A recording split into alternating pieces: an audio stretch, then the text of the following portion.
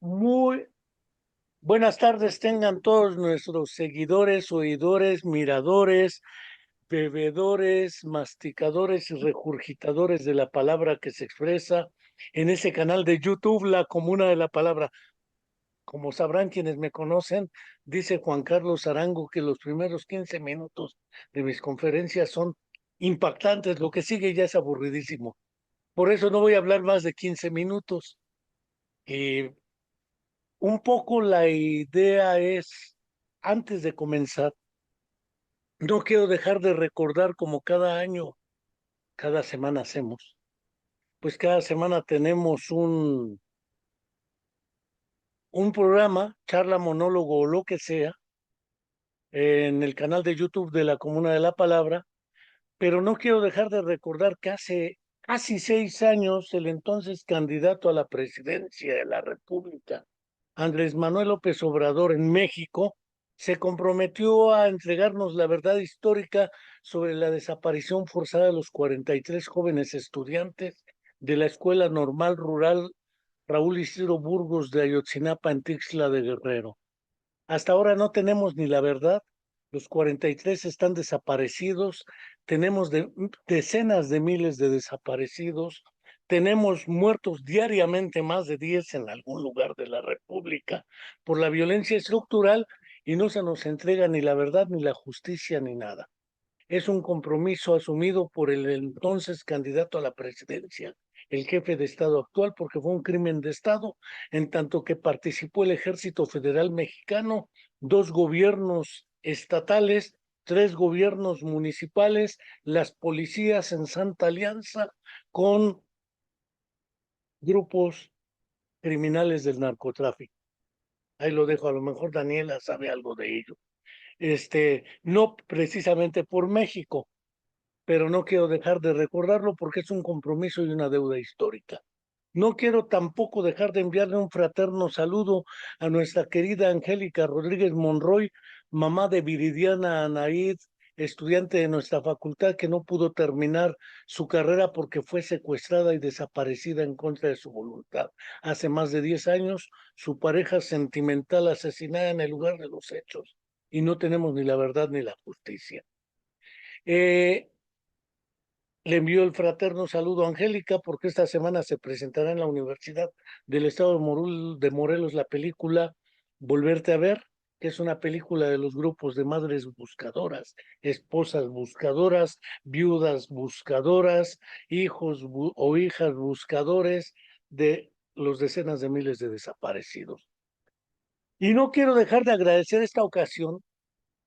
Ahora sí voy a estar bendito entre las mujeres porque el malevo de Juan Carlos Aranco creo que fue a recibir un otro reconocimiento más de la APA en los USA. En consecuencia, me dejaron en manos de Melina Longoni, Mariela Degano y Daniela Ramos Usuaga, que son, curiosamente, voy a compartir tantito la pantalla de la computadora para poder eh, pegar este cartelito que es el que le va a dar sentido a esto, la vida después de la lesión medular. Tuve la fortuna de leer el libro porque me lo compartieron, no lo venden literalmente, lo regalan a quien lo quiera. Nada más envían sus correos electrónicos y se los mandan por red. La vida después de la lesión medular. Lo que más me gusta del libro, lástima que no está Juan Carlos, si no va a decir que aprovecho que no está para pegarle y golpetearlo. Dice relatos en primera persona. A Juan Carlos le encantan los estudios con 700,000 participantes. El número es exagerado de mi parte, pero estudios más transversales que longitudinales, donde el caso se pierde. Es decir, donde según mi apreciación equívoca, el ser humano desaparece y se convierte en dato estadístico. ¿Sí? Yo tengo la impresión de que los relatos en primera persona, las historias de vida, los estudios de caso tienen su sentido también en esta trama. Leí y lo que más me gustó del libro, debo confesarlo. La primera parte, pues muchos la hemos estudiado. ¿Cuántos segmentos tiene la médula, la espina o columna vertebral, pares craneales, los nervios que entran y salen hacia y de la médula espinal, es decir, la sustancia blanca y la sustancia gris? Y como ustedes mismas saben, pues yo prácticamente antes del primer año de vida, por una cuestión debida al virus de la poliomielitis, que fue más letal que el del COVID, se llevó a 70 de cada 100. Sobreviví por obra y gracia, no del Espíritu Santo, pero sí de alguna condición histórica.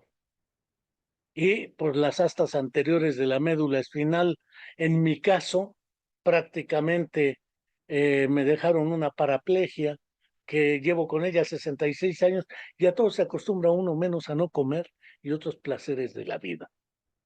Pero como les he comentado a muchos, no es lo mismo nunca haber tenido, porque yo he sido así toda la vida, que los casos que presentan prácticamente todos postraumáticos.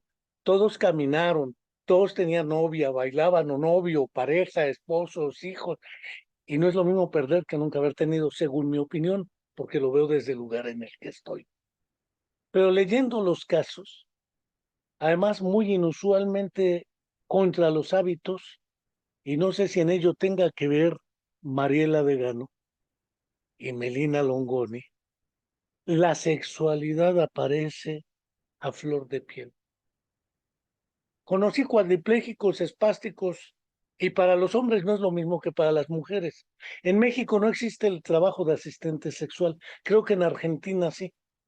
No sé en cuántos países de Europa, pero en Colombia no, de eso estamos seguros, Daniela y yo. Y entonces, a veces se acude a si hay prostitución incluyente o no, pero generalmente para las mujeres es distinto que para los varones, en nuestro contexto continental. Eh, Como no las invité para que hable yo y me escuchen, sería una barbaridad y un despropósito. Sí me gustaría que ustedes plantearan, más allá de los tres primeros apartados, médula, lesiones medulares, toda esa historia, eh, ¿qué es lo que pasa en las primeras etapas postraumáticas? Una segunda etapa, eso lo toca muy bien en una novela que no es novela en realidad, el japonés Kensaburo, en un libro que se llama Vivir con un hijo con discapacidad. Creo que voy a decir una barbaridad porque soy provocador nato, pero hubiera sido interesante preguntar a quienes viven con las personas con discapacidad, ¿cómo la enfrentan ellos? La esposa, porque he tenido compañeros que dicen, es que mi novia me decía que iba a ir, o a la inversa, mi novio decía que no, así me quería, y a la vuelta de 3 meses me cortaban. Es decir, los cuidadores primarios, que generalmente son mujeres y familiares, ¿sí? ¿Cómo la enfrentan también? Porque pasan de ser independientes a una dependencia prácticamente, si no temporal, si un buen rato, y algunos más físicamente a depender de otros. Y eso genera ciertas roces, problemas, síndrome del cuidador primario y otras cosas.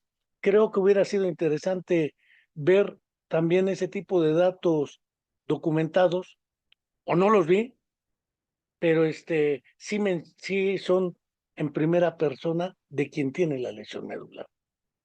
¿Por qué escribir un libro como este? ¿Por qué los casos? ¿Qué importancia tienen? ¿Y por qué la sexualidad? La vida en pareja, en familia, porque no somos ínsulas. Tal vez en eso tenía mucha razón Ted Judd. Si no centramos una rehabilitación basada en la comunidad, estamos liquidados. Cierro mi boquita, le agradezco a Melina Longoni, a Mariela Degano, a Daniela, perdón, a Mariela Degano, a Daniela Ramos y a Juan Carlos, aunque no esté el malevo, por este trabajo, que seguramente con esta presentación a muchos les ayudará a entender psicológicamente, neuropsicológicamente, porque la médula forma parte del sistema nervioso central, nos guste o no, Y a veces me decía una amiga ciega, porque le pregunté, ¿y tú qué viste en mí? Dice, nada, güey, yo soy ciega. Bueno, ¿qué te atrajo? Dice, tu voz. Entonces a veces uno piensa que lo único es el tacto, la visión, pero también es el oído, el olfato, el gusto. Y ahora con la anosmia y la geusia reducidas por el COVID, pues resulta que el gusto y el olfato también forman parte de ello, aparte de las fantasías y otras historias que cierro mi boca y les doy la palabra. Muchas gracias. El orden ustedes elíjanlo. Quien diga yo empieza, puede ser la chica que está disfónica, total, va a hablar poco. No, no te creas, ¿eh? Y empezamos. Bueno, Enrique, si querés empiezo yo. Andiamo. En principio voy a reivindicar a mi amigo, el doctor Juan Carlos Arango, porque, bueno, un poco en defensa de lo que estabas diciendo con respecto a la investigación y al hecho de que siempre nos dedicamos a buscar muchos datos, creo que esto justamente viene a ser una devolución de todo eso que venimos haciendo. Tanto Mariela, Daniela, como Juan, como yo, venimos haciendo investigación hace mucho tiempo, de tres ramas muy diferentes. Una es la salud, desde el lado de la medicina, otro es desde el lado de la psicología y otro lado es de la educación. Y creo que eso nos da mucha riqueza a los tres para poder haber hecho este libro desde este lugar. Cuando nosotros nos juntamos y hacíamos la parte de la investigación y entendíamos que era una necesidad, sobre todo para los países de América Latina, entendiendo que no tenemos muchos datos y por lo tanto no sabemos cómo, o sea, lo que hay en América Latina y por lo tanto si no sabemos lo que hay, no sabemos qué hacer para mejorar lo que hay. Y ahí viene la investigación y por eso nos dedicamos mucho a hacer investigación en América Latina para saber qué es lo que hay y de qué forma ayudar a la gente. Es un poco la misión de todos nosotros los que formamos parte de este libro. Y siempre notábamos que, bueno, cuando dábamos talleres con Marie, con Juan, con Dani, dábamos talleres, cursos, charlas, siempre hablábamos desde este lado, ¿no? Del lado del profesional, de la experiencia que nos da el hecho de haber estudiado, conocer los datos, saber qué es lo que nosotros pensamos que podemos aportarle a una persona que ha sufrido una lesión medular. Y la respuesta muchas veces de esas personas era, me encanta tu teoría, todo muy lindo, pero vos no te pasa lo mismo que a mí. Entonces, vos me podés decir un montón de cosas, pero no estás sintiendo ni te está pasando lo mismo que a mí. Entonces, en esa deuda que nos sentíamos los cuatro, decidimos hacer este libro, que es La vida después de la lesión medular, relatos en primera persona. Eh, Eso por una parte. Por otra parte, ahí también voy a aclarar la última cosa que dijiste, que fue por qué no a las personas que acompañan a esa persona con lesión medular. Esto fue muy discutido por el grupo y de hecho casi nos lleva al divorcio con el doctor Juan Carlos Arango, que era que él sí quería, nosotras sí queríamos poner los relatos de las familias, pero él consideraba que teníamos que hacer un libro aparte que está dentro de nuestros proyectos específicamente con las familias. Entonces tenemos como dos grupos ahí de discutiendo a ver si lo poníamos en este o no. Pero bueno, salió así el libro y la verdad que yo particularmente me quedé muy satisfecha con el resultado. Y con respecto a lo que estabas preguntando de qué es lo que pasa después de la lesión medular, en mi caso, yo tuve la ventaja con respecto a los chicos que muchas de las personas que relataron en sus historias en el libro fueron expacientes míos.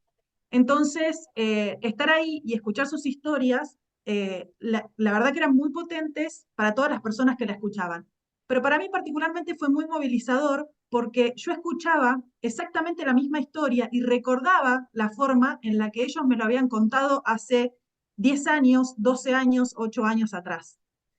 Entonces, aunque sean los mismos hechos, la intención, las palabras que elegían, la forma en la que ellos se expresaban era completamente diferente. Lo hacían desde otro lugar. Entonces, escuchar relatos de personas que yo había recibido desde muy jóvenes con lesiones medulares, como es el caso de Sophie, que Sophie fue víctima de violencia de género con una historia muy, muy potente. Su expareja de ese momento la tira del tercer piso del edificio y ella queda parapléjica. Yo la recibo muy jovencita en ese momento, entonces era como, y yo también era muy joven en ese momento, yo era residente de la especialidad, así que era como ella empezando una vida nueva con un cuerpo nuevo, o sea, descubriendo esto que no le había pasado, o sea, que no tenía contacto, no sabía ni siquiera lo que era la lesión medular, nunca había estado en contacto con una persona con lesión medular, o sea, que era un redescubrimiento completamente nuevo.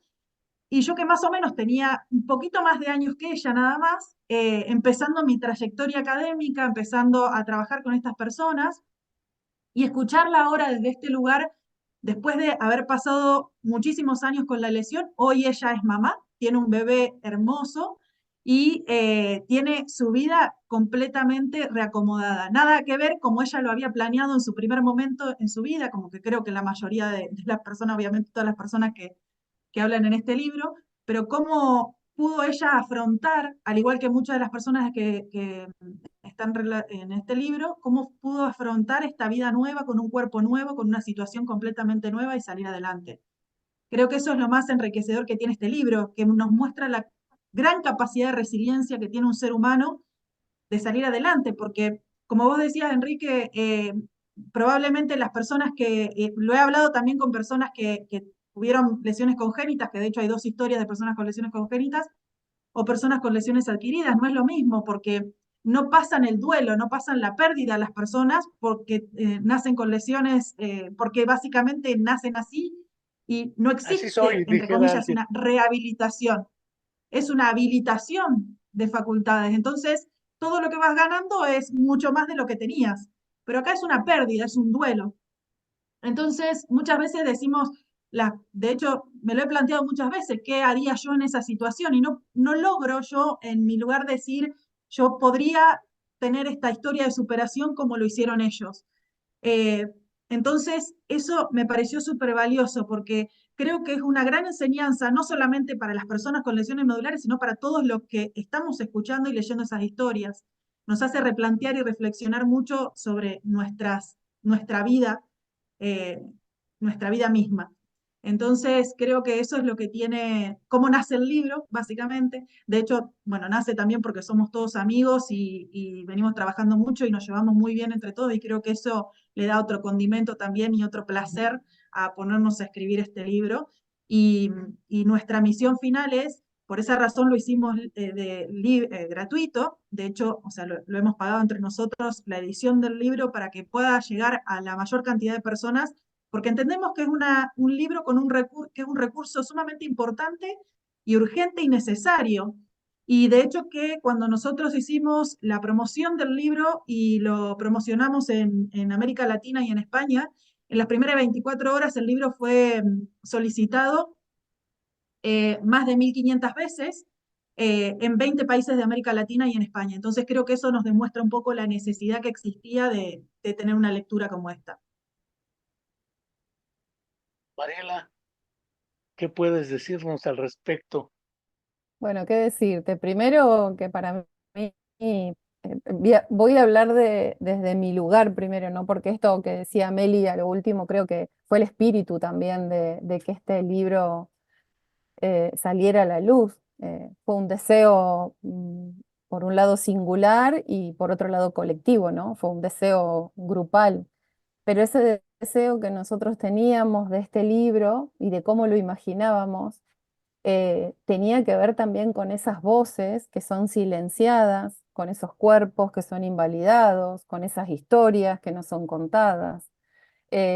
Por eso este libro, como muy bien vos decías, Enrique y Meli, también desarrollaba, vas a ver que está la palabra en relación a la sexualidad, pero que también está la palabra en relación a los derechos vulnerados, que también está la palabra en relación a la maternidad, al género, a la identidad sexual, a la diversidad sexual. Entonces, me parece que estas cosas son interesantes, ¿no? Pero yo siempre rescato esto. Y acá voy a hacer como una confesión, si se quiere, que es que las y los profesionales estamos muchas veces en deuda con nuestros pacientes, con nuestros estudiantes, con los usuarios o concurrentes de instituciones. Estamos en las voces son las de ellos, esas son las voces que hay que escuchar, esas son las historias que nosotros tenemos que intentar ser solo el recurso, ¿sí? Nosotros los profesionales siendo el recurso de acompañamiento, ¿sí? O de esto, ¿no? De facilitar que esas voces se escuchen. Digo que históricamente hay una lucha que las personas con discapacidades llevan adelante con tropezones, ¿no? La historia ha sido muy cruel en relación a la lucha de las propias, del propio colectivo de personas con discapacidad. Y sabiendo eso de antemano, nosotros por eso también deseamos firmemente, porque hay una militancia detrás de este libro también, ¿no? Una militancia que cada uno de nosotros hacemos desde nuestros lugares, y que tienen que ver con esto, ¿no? Con el derecho a una sexualidad, con el derecho al trabajo, con el derecho a elegir mi identidad sexual, con el derecho que tenemos a maternar o a paternar si lo decidimos, con el derecho que tenemos a tener servicios de salud y de rehabilitación a disposición, ¿no? Todo esto que a veces no se dice o se dice soslayadamente, me parece que se deja ver muy bien en este libro, que por eso creo que acordamos tanto en esto de relatos en primera persona. No son nuestros relatos, son sus relatos. Y bueno, creo que eso es lo valioso. Después, obviamente, para la familia es un recurso, para el profesional es un recurso, eh, para una pareja es un recurso. Pero insisto con esto, me parece que por eso también le tenemos tanto amor a este libro, ¿no? Porque creo que representa justamente todo eso que a veces se intenta invalidar, se intenta silenciar o se intenta invisibilizar. Dani, Bueno, yo no tengo mucha voz, pero voy a intentar ser un poquito más clara. Pues primero, desde mi parte ha sido un gusto, un placer, como dicen mis compañeras, trabajar en este libro porque es algo completamente diferente a lo que llevamos haciendo hasta ahora. Que desde mi parte o desde mi trayectoria, pues siempre hemos hecho estudios como comentabas tú, Enrique, muchas muestras y realmente nunca llegas a conocer a nadie de esas participantes que tienes. Esto es algo completamente diferente porque estás viendo a estas personas y sus historias. O sea, caras reales, personas que tienen una historia muy complicada y, y, y lo más bonito o lo que saco yo de este trabajo y de este libro y de ellos desde la parte que me toca, que es desde la psicología, es la resiliencia, ¿no? Como después de haber tenido un cambio tan drástico en sus vidas, pues cómo son capaces de decir que sí hay una vida después de la lesión medular, ¿no? De poder salir adelante y de poder disfrutar, no solo sobrevivir, sino vivir, ¿no? Y creo que es muy valioso, es sobre todo no solo para las personas que han tenido una lesión medular o que recién acaban de tener una lesión medular, que se encuentran en esta situación en la que no saben qué es muchas veces, y poder tener esta lectura y poder ver que hay muchas personas que han pasado lo mismo y han salido adelante y disfrutan de la vida y tienen hobbies, tienen familias, o sea, tienen una vida realmente puede ser muy útil, así como los profesionales y como sus familiares, pero yo también creo que esta lectura podría ser algo, es una lectura imprescindible también para gente que ni siquiera tiene a alguien con lesión medular, sino para todo el público, porque hay mucho desconocimiento en este aspecto y sobre todo en la parte de la sexualidad, como que son personas que han tenido una lesión medular y qué pasa ahí, ¿no? Es un tema tabú en general, pero sobre todo con esta población. Entonces yo invito a la gente, a pesar de que no tenga a nadie cercano con esta condición, a que lea el libro porque realmente tiene o va a conseguir muchos aprendizajes de ello y no solo teóricos, sino aprendizajes de vida también. Y pues nada, no voy a esforzar un poquito más la voz, esto es lo que puedo decir. En México se acostumbra cuando las personas están como tú, tomar un tequila, un poco de limón y sal y santo remedio, aunque Juan Carlos los echa a perder con sus famosas margaritas, pero en gusto se rompen géneros. Eh, quiero, pese a las barbaridades provocadoras que dije desde un principio, es indudable que los estudios transversales y longitudinales tienen una función en el desarrollo de la investigación. Eh, pero las personas que hablan, desde el lugar en que se encuentran, su silla de ruedas, andadera, camilla, o donde anden, o rueden, o hagan lo que hagan, parece ser que la mirada es distinta. Eh, tradicionalmente, en el caso de América Latina, la lucha de las comunidades originarias parte por la defensa de la tierra. Tengo la impresión de que los feminismos empezaron, pese a todo, por la defensa de su cuerpo. Su cuerpo. Hace años le salió en México un libro de un personaje que se formó con Julián de Guerra, Héctor Pérez Rincón. El libro se intitula Imágenes del cuerpo. Hablan de miembro fantasma amputado, por ejemplo, y la imagen de la persona que aún siente el miembro que no posee, pero que además la imagen de su cuerpo sí cambia. La imagen y la conciencia corporal parece ser que no son lo mismo. Algo que insistió mucho de Guerra, Henri Balón y otros.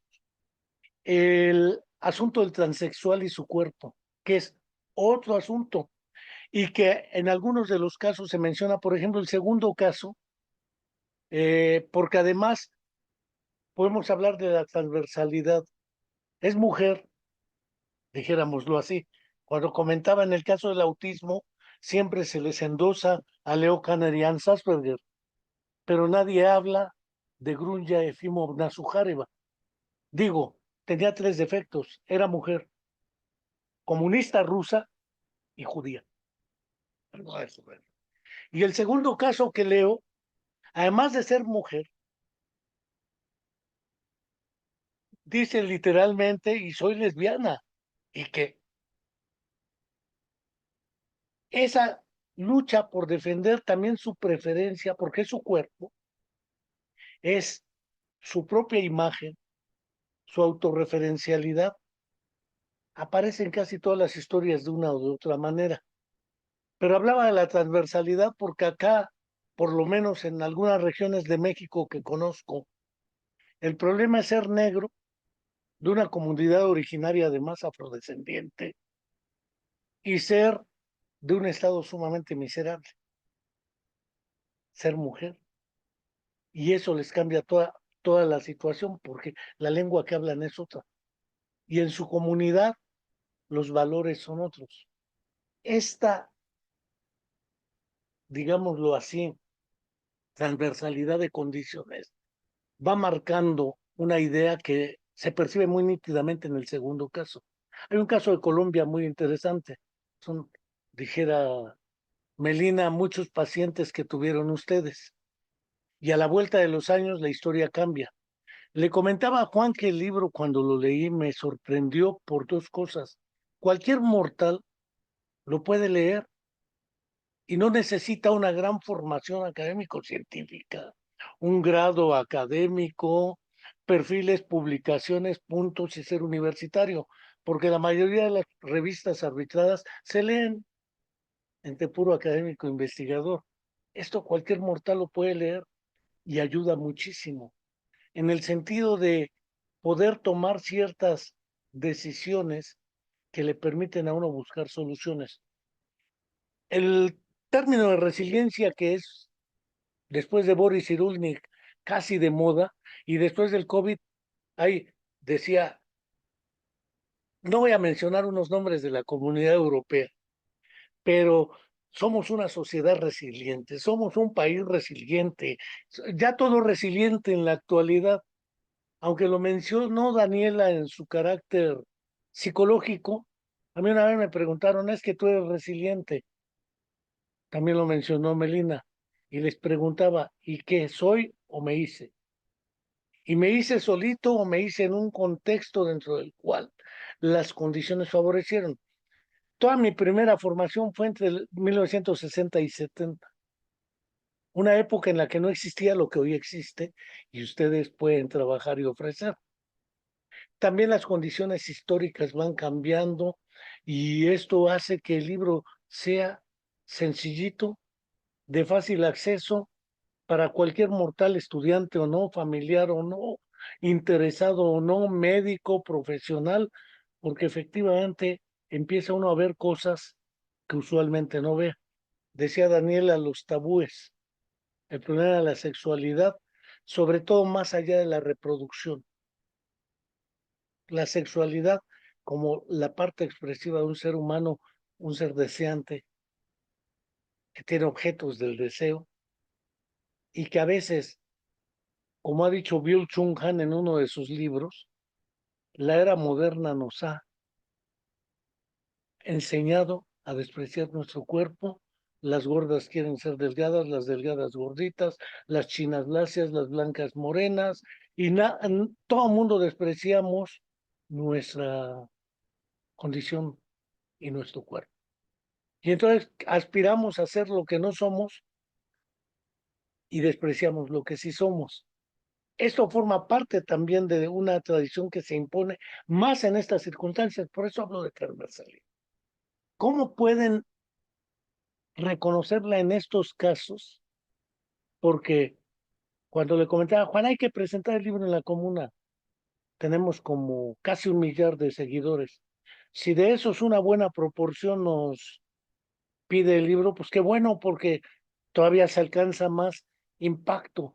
Pero insisto, la sencillez, la actitud ante la vida, que es un conceptejo muy tradicional de la psicología soviética, aunque lo leí en editoriales argentinas y que antes de Paidós, todas esas editoriales que venían de ciertas vertientes, y otras variantes que no menciono ahorita, la Pléyade, qué sé yo. Esta idea de la actitud ante la vida, la idea de la rehabilitación basada en la comunidad. Mencionabas el caso de la chica, Meli, de la chica que es aventada, pero también la mayoría son accidentes y le tenemos más miedo a una serpiente que a una motocicleta, aunque la mayoría de muchos accidentes en motocicleta son, si no fatales, en el sentido de mortalidad, fatales en el sentido de este tipo de secuelas. No hablo de parálisis cerebral, espina bífida, vienen unos 2, 3 casos, pero efectivamente la rehabilitación basada en la comunidad y orientada a la familia. Insisto en el que está cerca de la persona, porque varios comentaron, el colega salvadoreño, pues yo vivo solo y solo me tengo que enfrentar a estos tiros. Eso de la soledad y la otredad, o hablaré de la solitariedad y la otredad, porque sin el otro tampoco somos. Yo necesito muchos apoyos personales físicamente, y más estas personas. Entonces el otro no lo podemos borrar de un plumazo.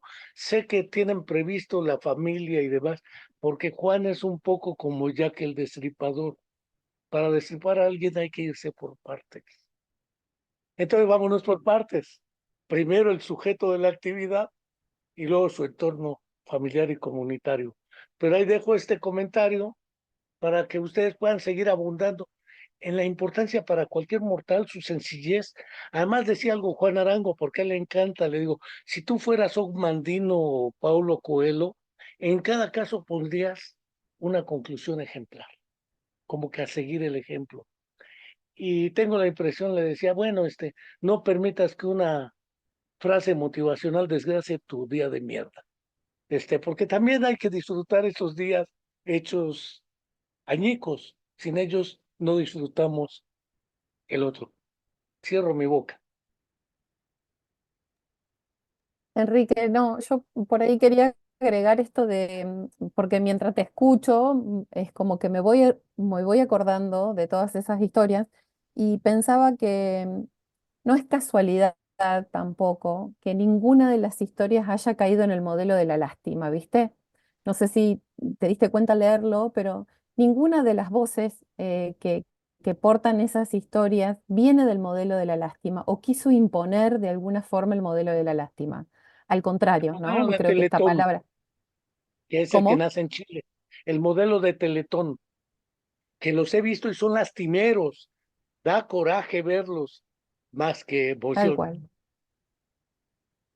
Por Adelante. eso esto que decía Meli, que decía Dani, ¿no? Esto de la resiliencia, digo, cómo de alguna forma y en perspectiva, ¿no? Estas personas diciendo, y en algunas preguntas que nosotros muy a propósito también estaban, ¿no? Porque queríamos rastrear también este dato, si esto a partir de esta lesión la familia empezó a sobreproteger o a invalidar ciertas tomas de decisiones o estar allí, ¿no? Asistiendo todo el tiempo sin ese permiso que sabemos que tiene que estar presente. Y muchos de ellos diciéndonos, y la verdad que no, y la verdad que mi familia me ayudó en su momento, después yo puse límite, después yo quise equivocarme, quise aprender solo o sola, pero ninguno cayendo en este modelo, ay, sí, yo soy un superhéroe, soy magnífica, me dieron una gran oportunidad y entonces yo esto lo tomo porque voy a, ¿no? O pobrecita de mí, ¿no? O pobrecito de mí, necesito que todos estuvieron muy alejados de, digamos, de este modelo. Y también habla, ¿no? de la esencia que el libro, porque creo esto, y lo hemos charlado mucho con Mel y con Juan, esto de que el libro fue tomando la forma que ellos y que ellas quisieron, ¿no? Más allá de que las preguntas en las entrevistas fueron las mismas, creo que por eso decimos el libro lo hicieron ellos, lo hicieron ellas. Nosotros fuimos solamente el recurso como para poder lograrlo. Pero bueno, esto, recalcar, ¿no? Que qué alejado que está este libro, digo, para aquellos o aquellas que quieran leerlo, no van a encontrar esas historias de superhéroes o de mujeres maravillas que después de la lesión se convirtieron en algo extraordinario, sino al contrario, varones, mujeres que hicieron lo que pudieron con lo que tenían a mano, con lo que encontraron, con las compañías que encontraron, y salieron adelante, ¿sí? Y salieron adelante, simple y sencillamente. Enrique, un poco volviendo a lo que preguntabas al principio, que un poco por qué nos enfocamos tanto en la parte de sexualidad. Eh, la verdad es que por dos razones principales. Una viene a ser la respuesta de un estudio que hicimos. Hicimos un estudio hace unos 2 años ya con este mismo equipo, donde le preguntamos a profesionales de la salud que trabajan con personas con lesiones medulares si dentro de sus prácticas normalmente hablaban del tema de sexualidad con las personas que atendían. Y curiosamente, digamos, la mayoría de esas personas decían, o sea, de hecho, casi el 85% de los profesionales contestaron que de alguna o de otra manera lo abordaban, ya sea porque ellos hablaban del tema y lo ponían sobre la mesa, que eran los menos, aunque sabemos que como las buenas prácticas hablan de que este tema tiene que tratarse desde el primer momento, como hablamos de las sillas de rueda, de los catéteres que vamos a utilizar para vaciar la vejiga, la parte de la sexualidad es algo también a tratar en estas personas y tenemos que dar el canal o por lo menos la apertura de decir, podés hablar de este tema con nosotros cuando vos te sientas preparado. Entonces, este 85% de profesionales decían, bueno, si o yo lo tiro sobre la mesa o cuando ellos me consultan, lo hablo en el consultorio, o si yo no sé, tengo a alguien de mi equipo que pueda hablar del tema, o lo derivo a alguien que yo sé que está entrenado para poder darle la respuesta que está buscando. Entonces, realmente decimos, bueno, a ver, hay un alto porcentaje de profesionales que claramente están intentando o intentan de alguna forma y están llevando la información que la persona necesita en relación con la sexualidad. Y después hicimos un estudio paralelo donde le preguntamos a personas con lesiones medulares las mismas preguntas a la inversa. ¿Alguien te habló alguna vez de sexualidad? ¿Lo hablaste vos? ¿Se acercó un profesional? ¿Quién considerás que tenía que hablar? Y curiosamente, más del 90% de esas personas contestaron que nunca nadie, ningún profesional le había hablado de sexualidad. Entonces eso nos hace pensar, ¿no? Decimos, a ver, ¿qué pasa? O sea, ¿realmente nosotros tenemos la percepción de que estamos abordando la sexualidad y realmente no lo estamos haciendo? La información es insuficiente. La información que estamos dando realmente tiene, o sea, no está siendo lo suficientemente coloquial para que lo entiendan. O sea, ¿qué es lo que pasa? ¿Por qué nosotros tenemos la percepción de que sí lo estamos tratando y la gente dice, no, no lo están tratando? Entonces, un poco fue también hablar, digamos, entre esa problemática, eso nos dio una problemática, decir, bueno, ¿y qué podemos hacer al respecto? Y lo que podemos hacer al respecto justamente es educar en sexualidad, porque creo que es el área más difícil para, hablando desde el lado del profesional de la salud y como médico rehabilitador, que creo que normalmente sucede en la mayoría de los colegas, es que nosotros tenemos una visión, los médicos tenemos una visión en general de la organicidad, o sea, de la disfunción, del trastorno, de la alteración de una función específica.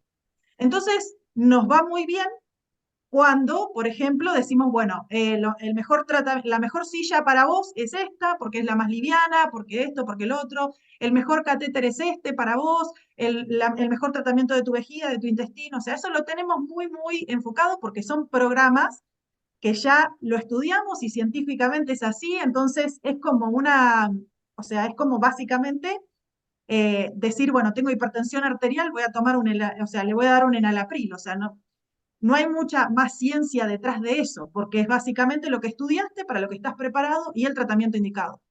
El problema es que cuando hablamos de sexualidad, no estamos hablando solo de disfunción sexual.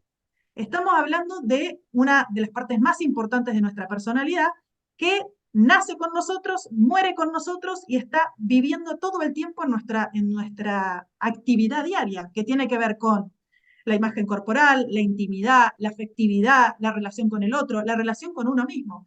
Esto que decías vos con respecto a nuestros propios cuerpos. O sea, hay cosas que nosotros no nos damos cuenta, pero claramente nosotros a la mañana nos levantamos y básicamente todo el mundo hace lo mismo.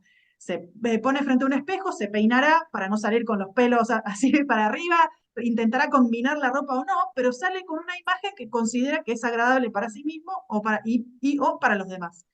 Y no entendemos que eso también está dentro de la sexualidad. Entonces, cuando hablamos de sexualidad, no podemos abordar desde el lado de decir, bueno, el paciente o la persona que tiene el varón que tiene una lesión medular, vamos a hablar solamente de disfunción sexual. Y en la mujer que tiene una lesión medular, solamente vamos a hablar de lubricación vaginal, como si fueran los dos únicos problemas que estarían relacionados con la función sexual. Entonces es muy difícil para el profesional de la salud, que es quien recibe normalmente a las personas con lesiones medulares, poder abordar esta temática porque tiene que sacarse la bata o el guardapolvo de médico para ponerse digamos, la plaquita o el gorrito de educador. Y cuando se pone el gorrito del educador, y esto creo que para mí mi gran maestra de la educación fue Mariela, aprendí muchísimo de ella, creo que la parte educativa es algo que los médicos podemos tener más o menos desarrollado, pero recibirlo así como de una educadora a mí me dio muchísimas herramientas en pensar que no solamente nosotros tenemos que hablar o abordar la sexualidad asumiendo muchas cosas, porque los profesionales asumimos muchas cosas. De decir, bueno, esta persona tiene, no sé, 40 años, una lesión medular, seguramente ya sabe lo que es un orgasmo, lo que es una erección, ha tenido parejas previas, sabe lo que es una relación sexual, sabe lo que es o sea, asumimos cosas y asumimos las cosas que ellos quieren saber o quieren dejar de saber. Entonces ahí entramos en un error muy importante que es el reclamo de las personas con lesiones medulares. Y remitiéndome siempre un poco entre la cabeza me va y me viene entre los datos, porque también me apoyo en datos para que todo esto tenga una base de decir, bueno, no es mi experiencia, sino que realmente está científicamente comprobado, publicado. Hay un artículo que a mí particularmente me gusta mucho, que suelo traer mucho a mis charlas, que es un artículo de Kim Anderson, que es una investigadora americana que además tiene una lesión medular cervical, donde ella hizo un estudio en pacientes con lesiones, o sea, en paraplejías y en pacientes con tetraplejías. Entonces ella les preguntaba y le hizo una serie de oraciones para que ellos pudieran decidir cuáles son las cuestiones más importantes en su vida. Si vos pudieras volver a caminar, mover mejor tus manos, tener un intestino continente, manejar tu vejiga neurogénica, tener una mejor sexualidad, o sea, les dio esa lista. Y a mí siempre me gusta hacer esta pregunta porque cuando están en el auditorio le pregunto, ¿ustedes qué piensan que considerarían primero, o sea, si te dieran el deseo, si vos sos lesionado modular, te dieran el deseo de decir qué querés volver a hacer? La mayoría te contesta volver a caminar. Y la realidad es que ese estudio muestra que para las personas con lesiones cervicales, la primera función principal es mejorar la función de la mano, porque es muy limitante para ellos, y en segundo lugar, la función sexual. Y para las personas parapléjicas, la primera acción que quieren recuperar es la función sexual. No quieren caminar, quieren tener de nuevo la función sexual. ¿Por qué? Porque en la cronicidad, en el tiempo, la persona se adapta a esta nueva vida. Pero ¿qué pasa? O sea, la sexualidad en su integralidad es parte de su personalidad, es cómo se relaciona consigo mismo y con el otro. Entra en relación la vida en el entorno, en la familia, en la pareja. Entonces, como lo importante que es, básicamente, escuchar lo que ellos quieren y necesitan. Por eso, siempre cuando nosotros planteamos la rehabilitación, lo hacemos desde un modelo transdisciplinario, con la persona que tiene una condición en el centro y ellos diciéndonos qué es lo que quieren para su vida. Porque yo puedo pensar y armar su programa de rehabilitación pensando en lo que yo considero que es lo mejor para ellos, o lo que yo pienso que ellos van a querer. Y la realidad es que no es así. Ellos pueden tener sus objetivos y decirme, mira, yo la verdad que en este momento prefiero que mi objetivo sea volver a tener relaciones sexuales con mi pareja. No quiero aprender a hacer, no sé, a manejar la silla. Para mí esta otra es una prioridad. Entonces yo tengo que plantear mi objetivo de rehabilitación en torno a lo que él me está diciendo, él o ella me está diciendo, porque al final es su vida.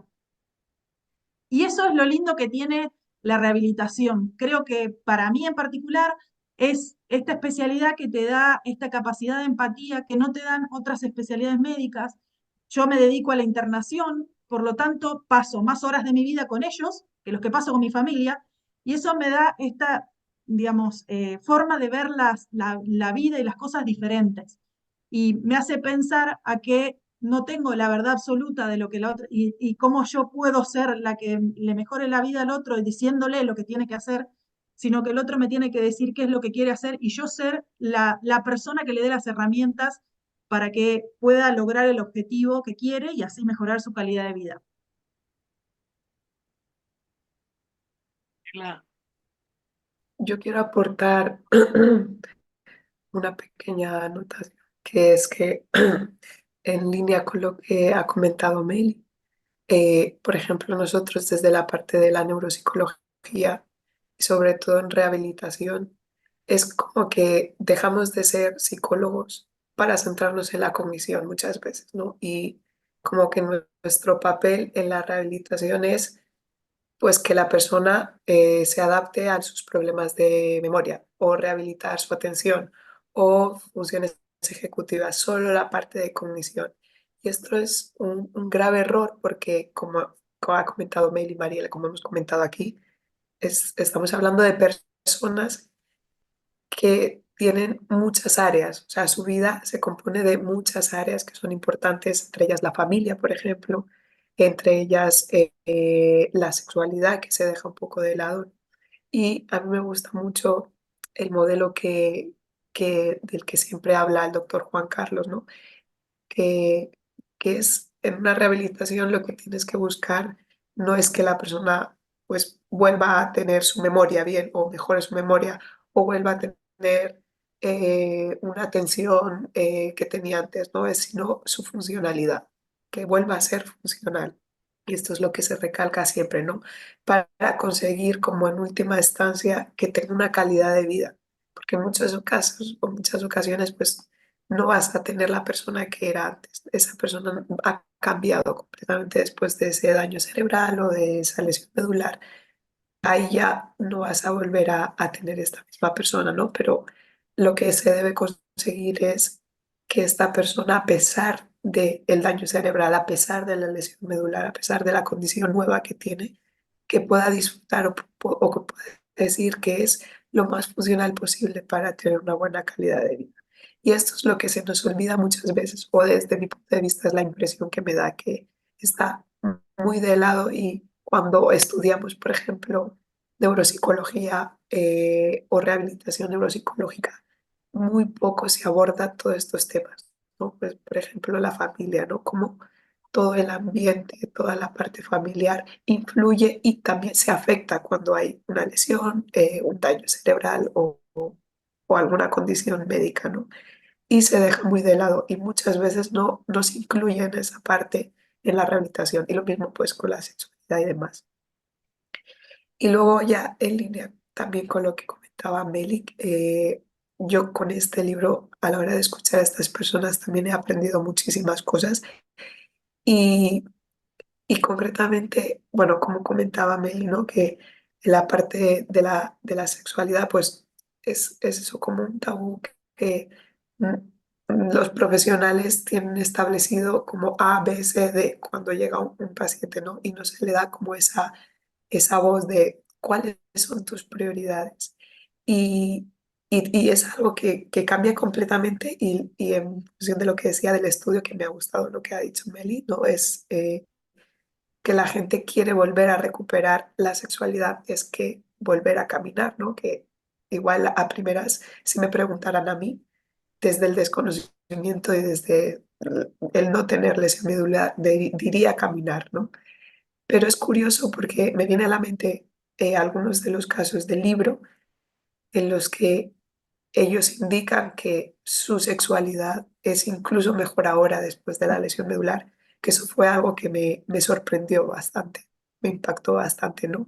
Y de hecho uno de los casos recalca mucho, y esto me pareció muy curioso, que él, después de tener la lesión, aborda la sexualidad de una forma muy diferente y dice que la mujer o las mujeres, él considera que preferirían estar sexualmente con la persona ahora después de la lesión medular que como él era antes. Digamos que él considera que satisface más a su compañera sexual, a su compañera ahora con la lesión medular que antes, ¿no? Entonces, ¿cómo te adaptas? ¿Cómo se han adaptado y cómo han encontrado otras formas de manejar esa sexualidad, ¿no? Que muchas veces también tenemos con mucho desconocimiento nosotros, incluso sin tener lesión medular, ¿no? De cómo funciona la sexualidad.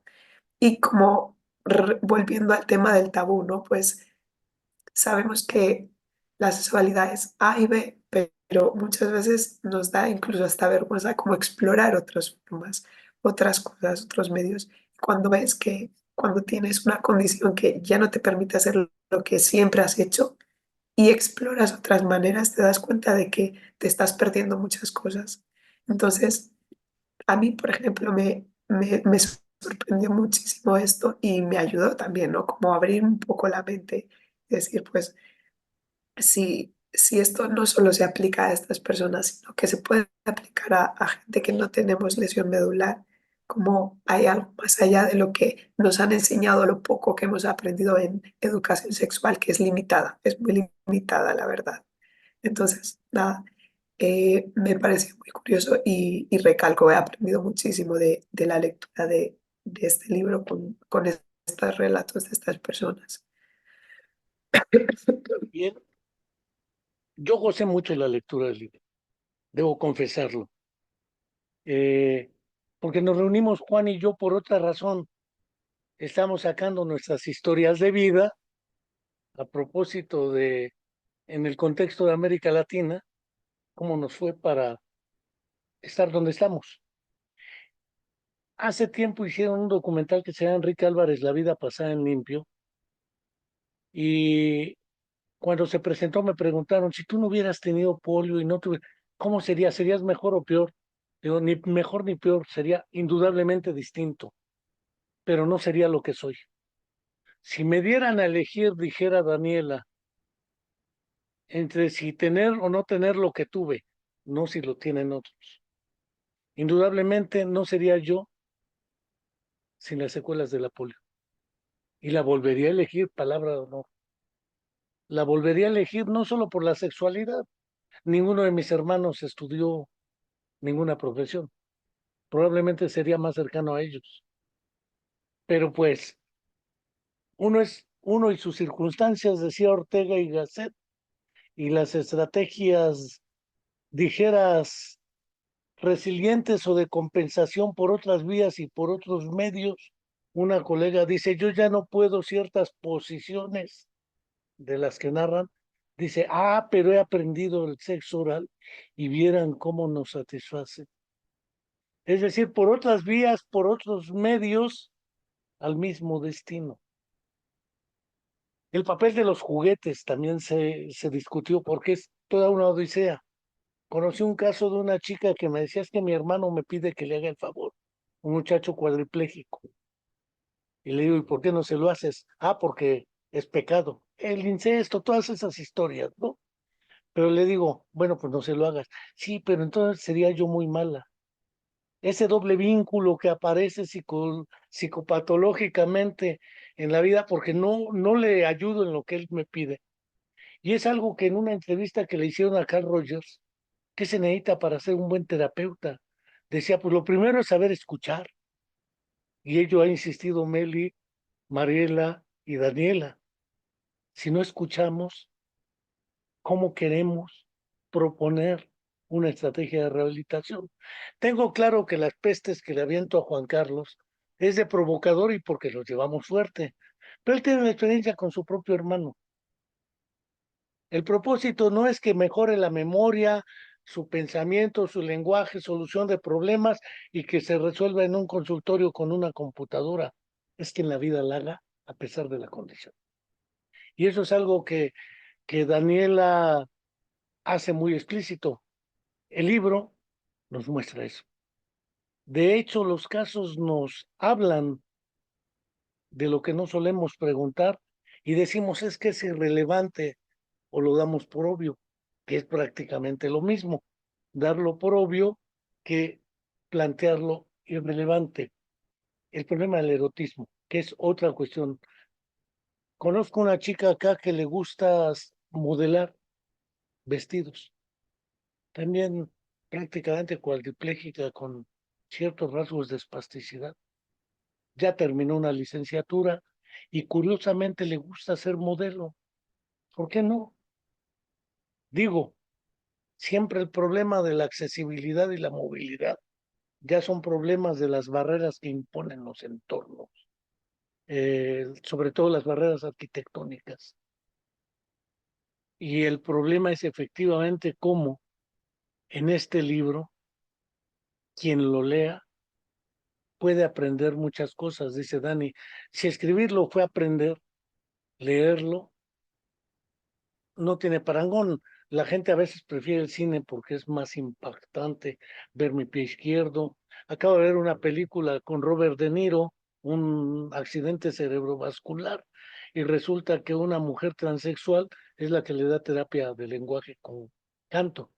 Esto clásico cine estilo Robert De Niro, que tiene ya colmillo en estos papeles y personajes. El cine lo hemos desaprovechado, la literatura la hemos desaprovechado y casi me atrevería a decir que este libro, más que ser un libro académico, es casi un libro no velado, no novelado, son dos palabras, no velado, no oculto, expuesto como es, con naturalidad, sin aspavientos tampoco y desde luego sin lastimería y esas cosas tipo Teletón. ¿Qué más pueden agregar invitando a la gente a que lea el libro? Porque efectivamente a través del libro ustedes escucharon, pero algo que no suelen hacer los médicos es preguntar, en cualquier cosa, ¿qué medicina te ha ido mejor?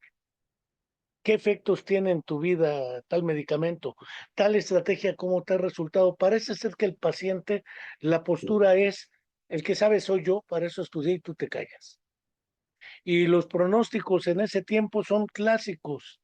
Le he comentado a Juan de muchos que conocimos en educación especial, casi a todas las mamás le decían, su hijo se va a morir. Ya ni haga nada, pídale a la Virgen de Guadalupe que se muera, es lo mejor para todos. Ah, pero si vive, va a quedar como un vegetal. Y decía que en Saburo, cuando dijeron, ¿qué nombre le va a poner? Le puedo poner girasol, margarita, pues es un vegetal, pino, pero es más que un vegetal. Más les conviene que se muera. En realidad la vida hospitalaria es, porque además a los profesionales de la salud se les enseña a no comprometerse afectivamente. Se les dice, tú no te comprometas, tú no te involucres, tú a lo que vas, dijera Dani, tú vas a trabajar su memoria episódica y con esa te concentras. Lo demás no existe, es decir, el ser humano es atomizado y desintegrado. Este libro nos muestra que no es así. Esperemos el segundo libro. Y ahora las familias y los seres cercanos, ¿qué hacen? Y después las biografías de Arango y mía, a ver cómo nos va en esas historias también de vida, porque también cuentan las de los profesionales que trabajan, cómo se acercaron a eso. Yo creo que en Juan influyó tanto su hermano como su vida, y en ustedes también, ¿sí? Como en mí, como en muchos otros. Hay ciertos sucesos en la vida que lo marcan a uno indeleblemente. Y efectivamente, ahora que he estado leyendo a Saúl Martínez Horta de Barcelona, su libro Cerebros Rotos, que es otro trabajo de casos, o en México a Jesús Ramírez Bermúdez, diccionarios sin palabras, con pacientes y casos, tienen un carácter fundamentalmente trascendente para ser puestos estos libros en las escuelas como parte del material didáctico de las asignaturas, con dos objetivos. Pregunte, para eso se lleva teoría y técnica de la entrevista, si lo sabrá Dani. Teoría y técnica de la entrevista, pregunte. No aplique un cuestionario así tipo escala, pregunte y escuche. Escuche, porque esas dos cualidades, y si es necesario dar madrizoterapia, pues también dela, no importa, dela, pero escuche y pregunte. ¿Qué más pueden agregar de este libro que recomendamos ampliamente quienes lo quieran? Pues yo creo que se puede pedir bajo demanda en Editorial Letramé y les mandan un impreso. Yo he publicado ahí el libro, así es bueno, no ha de estar carísimo este libro, pero la posibilidad de adquirirlo electrónicamente por vía de ustedes, ¿cómo le pueden hacer? A dónde se pueden dirigir. Como yo tengo una versión, si tengo su autorización, se los hago llegar a todos los que me lo pidan por acá. Y la versión que yo leí, que es la que me acercó Juan para programar esta presentación. ¿Qué más quisieran agregar a este respecto? Yo, Porque el libro es una la belleza. verdad que te estaba escuchando y creo que me toca de cerca, o creo que es como que ya lo vengo esta vivencia desde los dos lados, ¿no? Pero eh, esto de los diagnósticos, de la escuelita de dar diagnósticos lapidarios. Los profesionales de la salud, sobre todo los médicos que atendemos a estas personas, se nos, entre comillas, enseña o subliminalmente se nos enseña a dar diagnósticos lapidarios. De decir, esta persona no va a poder hacer esto, no va a poder hacer aquello, no va a poder, como si fuera la voz de la verdad. Creo que desde el lado de los médicos, esa conducta tiene que ver con una protección personal, de decir, si no va como yo digo, o sea, no puedo darle esperanza a una persona para que después me venga a decir, vos me dijiste que iba a estar bien y le pasó tal cosa, o no es lo que vos me dijiste. Entonces, en la mayoría de los casos, la mayoría, cuando yo escucho a los pacientes contarme las historias, no me dijeron que cuando yo les pregunto, ¿y qué te dijeron? ¿Te dieron algún pronóstico? ¿Qué te dijo el médico? ¿Qué te contó? O a los familiares dicen, no, que no pasaba las primeras 24 horas. Ese es el relato del 99,9% de las personas que yo recibo en rehabilitación. Entonces, es como que en este paso va contra todos los pronósticos y gracias a Dios, te dicen, pasa todo lo contra todos los pronósticos para, digamos, ser lo que hoy son. Entonces, es como que el médico creo que intenta hacer eso como de protegerlos, a decir, bueno, prepárate para lo peor, que si viene lo mejor, genial, y si no, ya estabas preparado. Pero creo que nosotros, y yo que he escuchado mucho a las personas con lesiones medulares, lesiones cerebrales por trauma de cráneo, accidentes cerebrovasculares, de todas las condiciones que generan discapacidades con un gran impacto en la vida diaria, esto de la importancia que le dan a la palabra del profesional. Entonces, nosotros tenemos que ser más responsables a la hora de hablar con las personas y dar estos diagnósticos lapidarios.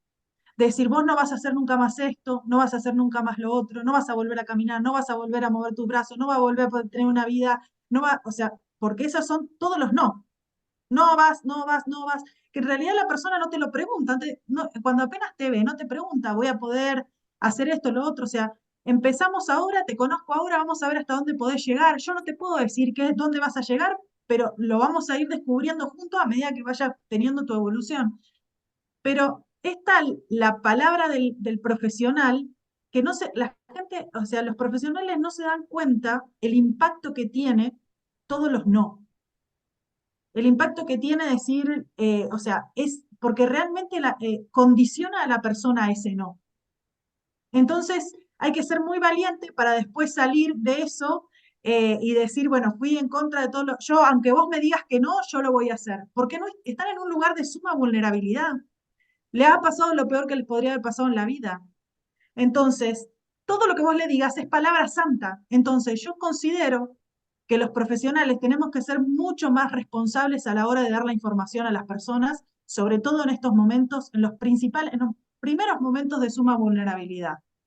Y creo que el libro tiene eso de decir, a pesar de todos los pronósticos, y está bien que yo no volví a caminar, puedo no volver a orinar de la misma forma, puedo tener úlceras en el cuerpo, puedo tener cicatrices, puedo tener de todo, pero puedo hacer una vida normal, porque en realidad, o sea, puedo tener un hijo, puedo volver a trabajar, puedo hacer mi vida como antes, puedo tener una sexualidad, porque ese final no se muestra a la gente. Lo que se le muestra a la gente es todas las cosas que no va a poder hacer. Entonces, si a mí me parece que es un buen recurso y de hecho que muchísimos profesionales pidieron el libro justamente para saber cómo hablar con la gente. Porque como te vuelvo a repetir, los profesionales médicos estamos muy acostumbrados a decir, esta es la silla, esta es la pastilla, este es el cos, listo, ya está, acá terminó mi labor. Y yo digo, qué corto nos quedamos los rehabilitadores si pensamos que dándole una silla a una persona, pudiendo adaptarle la casa más o menos y que se vaya con lo que pueda, hemos hecho rehabilitación. Si nuestro final común si es básicamente incluir a esa persona en la sociedad. Lo dice la Convención de los Derechos Humanos, lo dice la Organización Mundial de la Salud, que es incluir, que esa persona tenga una inclusión plena y efectiva en la sociedad.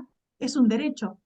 Entonces, por eso digo que es una lección para los profesionales a ser más responsables en nuestros accionares. Que esto no es la rehabilitación y el compromiso que tenemos con las personas con discapacidad, no empieza y termina en prescribir. Es básicamente tratar de apoyarlos a que tengan una nueva vida.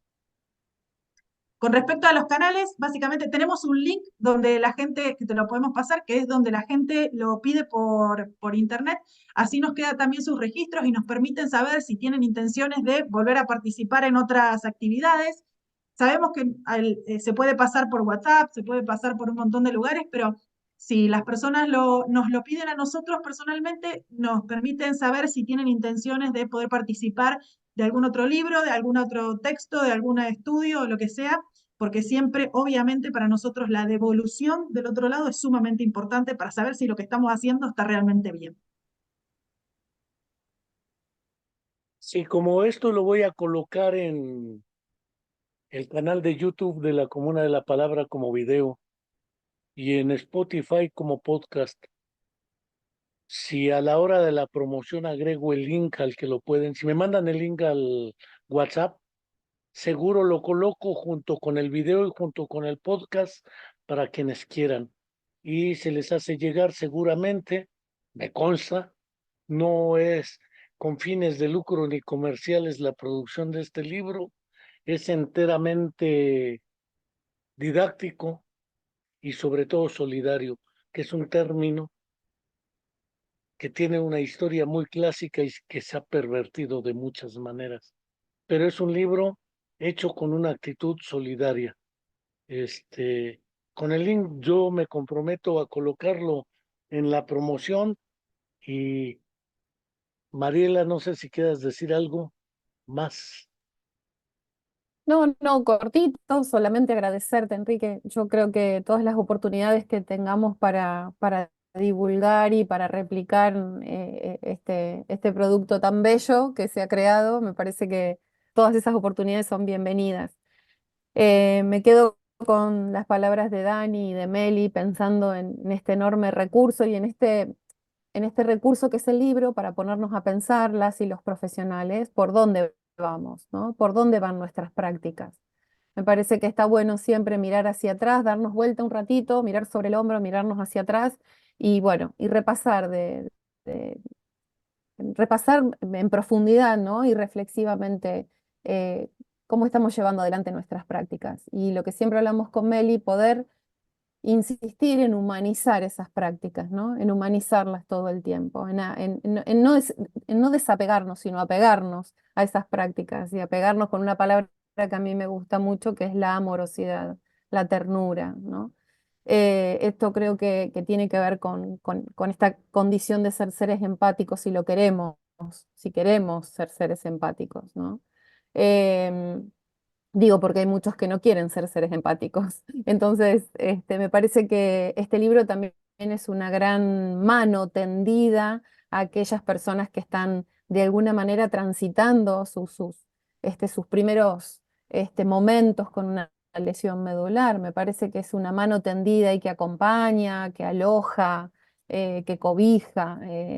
Me parece que es interesante pensarlo también como esa lectura, digo, necesaria y urgente, como decimos nosotros, de aquellas personas que están empezando a transitar una lesión medular, ¿no? Encontrando en estas historias ya, no sé si cerradas, pero a lo mejor transitadas de alguna forma, una voz de aliento, como la imagen nos transmite, ¿no? Que hay luz, que hay un horizonte, ¿no? Y en ese horizonte podemos también vernos reflejados. Como vos decías, Enrique, en forma diferente, en forma diversa, pero no dejando de ser. Así que bueno, nada, esto, agradecerte y vamos por el segundo, por el tercero, por el cuarto, por el quinto seguramente. No nos vamos a achicar con el doctor Juan Arango seguramente. Este, lo hacemos renegar No, bastante, que Enrique, lo no hacemos se renegar. achiquen, No que nos nieguen. achicamos, somos 3 contra 1, así que gracias, Enrique. No Muchas gracias escucha y el saludos desde malevo, Argentina. a veces no escucha. Dale, Y yo también, ya para terminar, recalcar eso, que con lo que me quedo es con todo lo que podemos aprender de estas historias, de estas personas. Realmente tienen mucho que decir y que no es solamente un libro que cuenta, cada persona cuenta su historia, sino que te devuelven o te regalan consejos, ¿no? Que es algo que me parece también muy importante, no solo dar tu historia y que obtengas tu aprendizaje de ellos, sino que ellos también te regalan como, como consejos, ¿no? De cómo afrontar las cosas. Y simplemente también invitar a los profesionales que puedan leer este libro a que incluyan estas nuevas formas de hacer, ¿no? O teniendo en cuenta todos estos aspectos que no se tienen en cuenta muchas veces, que, de los que hemos hablado hoy, de la sexualidad, de la familia, de todas las formas en las que normalmente hacemos la rehabilitación, ¿no? Que incluyan esto en sus prácticas y en sus investigaciones también, ¿no? Que vemos toda la falencia que hay en ese en ese aspecto y bueno, simplemente dar las gracias darte las gracias a ti, Enrique, por invitarnos a este espacio, por dar a conocer esta lectura que de verdad que es maravillosa. Y gracias a Meli y a Mariela y al doctor Juan Carlos también por invitarme a participar en este proyecto tan bonito. Y sobre todo, gracias a las personas que forman parte de este libro por regalarnos sus historias. Por lo demás, muchas gracias de verdad y ya nos veremos pronto en algún otro lugar. Hasta la próxima y gracias. Gracias, Enrique. Gracias. Saludos. Gracias. Adiós. Un abrazo a todos.